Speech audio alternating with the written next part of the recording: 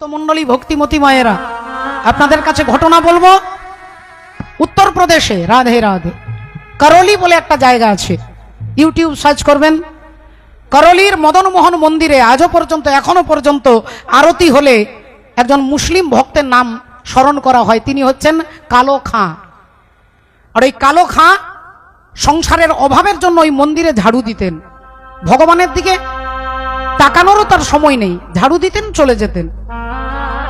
কখনো কখনো মাঝে মাঝে হাজার হাজার লোকের ভিড়, ভগবানকে দেখতেও পেতেন না, বাইরে ঝাড়ু দিতেন, মাসে একটা টাকা পেত, সেই টাকা দিয়ে সংসারে বুড়ো মা আছে আর স্ত্রী আছে, কিন্তু তার কোনো সন্তান নেই, ভগবানের দিকে সে কোনোদিন তাকাতও না।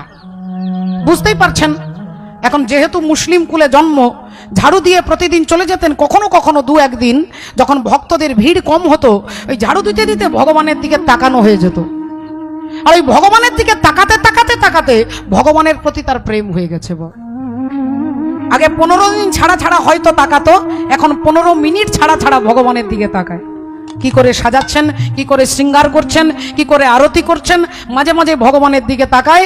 এখনো এমন অভ্যাস হয়ে গেছে যে ভগবানকে না দেখলে তার ঘুম আসে না। বাড়ির লোকে অনেক কিছু বলে যে তুমি কখনো কোরআন পাঠ করো না, কখনো আল্লাহর নাম করো না, সারাক্ষণ শুধু ওই মন্দিরে যাও, শুধু তার দিকে তাকিয়ে থাকো, এটা তো তোমার পাপ, আর এই পাপের জন্য আমাদের কোনো সন্তান হচ্ছে না, তুমি এই পাপী বলে আমাদের কোনো সন্তান হচ্ছে না। এ কথা যেই বলেছেন, কালো খাঁ একদিন মন্দিরের দরজায় দাঁড়িয়ে হাত জোড় করে কেঁদে কেঁদে বলছে, ঠাকুর আমি আমার জন্য কোনো ছেলে চাইছি না, আমার ভবিষ্যতের জন্য সন্তান চাইছি না, কিন্তু তোমার নাম যেখানে জড়িত রয়েছে, আমি তোমার কাছে প্রার্থনা করে বলছি আমার স্ত্রীর গর্ভে যেন একটা সন্তান হয়। আমি তোমার নিন্দা সহ্য করতে